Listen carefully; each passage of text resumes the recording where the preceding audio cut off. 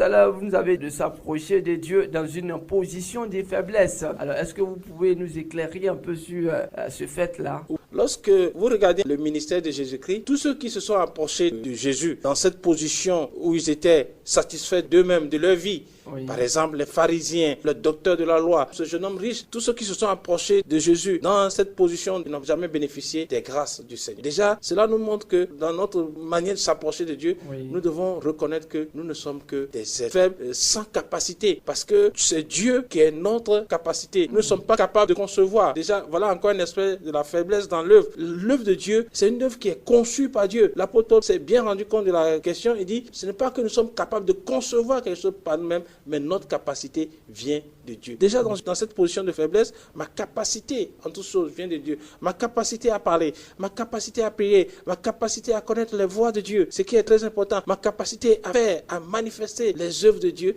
ces capacités-là ne viennent pas de moi. Donc, lorsque nous nous approchons de Dieu, tout en pensant que nous sommes quelqu'un d'extraordinaire, nous perdons véritablement cette position de faiblesse qui est importante pour que le Seigneur travaille dans notre vie. Donc, nous répétons les faiblesses de Christ. C'est ce que le Père m'enseigne que je dis. Ce n'est pas que je suis capable de faire une œuvre. Ce que je vois auprès du Père, c'est ce que je fais. Ce que le Père fait, c'est ce que je fais, etc., etc. Je n'ai pas de puissance personnelle, etc., etc. Donc, cela nous permet, nous, en tant qu'enfants de Dieu, de s'approcher de Dieu dans cet esprit de faiblesse pour dire, nous ne sommes rien. Quand Jean-Baptiste a vu Jésus, il a dit qu'il croisse et que j'ai diminue. Est-ce que vous voyez? Donc, voilà encore une idée de la faiblesse, que Christ croisse.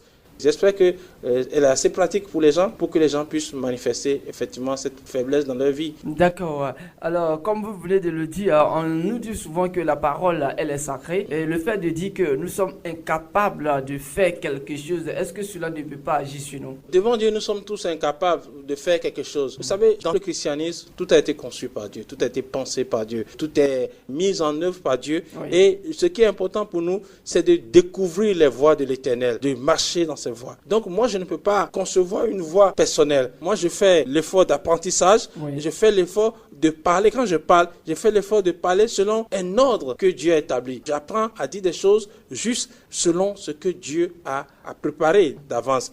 Voyez-vous, nos paroles, nos œuvres qui se font dans la maison de Dieu, la manière de conduire le progrès spirituel dans la vie des frères et des sœurs se fait selon ce que Dieu a préparé. Et je prends cet exemple merveilleux dans le livre de l'Apocalypse. Quand vous lisez les 3 premiers, vous voyez clairement ce que le Seigneur Jésus-Christ veut dans la vie du chrétien. Il veut l'amour, il veut la constance, il veut la persévérance, il veut la foi, il veut que nous ayons du discernement pour discerner et rejeter ce qui est faux. Vous voyez que le Seigneur Jésus veut quelque chose qui a été bien conçu. Donc moi, je ne peux pas conduire l'Église et vouloir autre chose dans la vie des chrétiens. Et si je conduis l'Église en voulant autre chose, autre que ces choses dont on vient de parler, c'est que j'ai conçu une œuvre par moi-même. De façon charnelle. Ah oui, et je ne veux pas le faire. J'ai toujours dit que je n'ai pas envie de devenir plus sage que Dieu. D'accord. Alors, l'homme de Dieu, nous parlons des roseaux aromatiques. Vous allez nous parler un peu des bienfaits de ce parfum-là. Vous savez, le roseau, il est faible, donc il est agité par le vent. Il est agité par le vent, mais il ne se rompt pas, il ne se casse pas. Cela nous parle de quoi? Cela nous parle de la constance. Tout de suite, je disais que quelles sont les qualités spirituelles que le Seigneur veut dans notre vie, dans notre Église.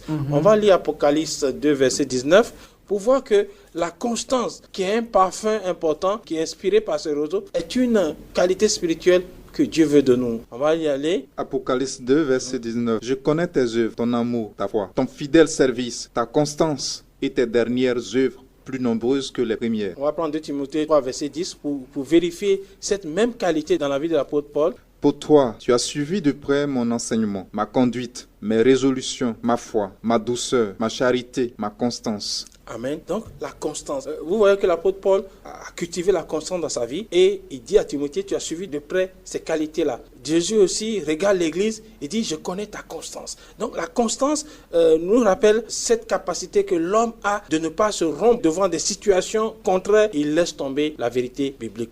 Donc, ça ne doit pas être comme ça dans notre vie. Nous devons être comme ce roseau qui est secoué par le vent, mais qui ne se casse pas. Cela nous parle de la constance dans la vérité, la constance dans la vie chrétienne.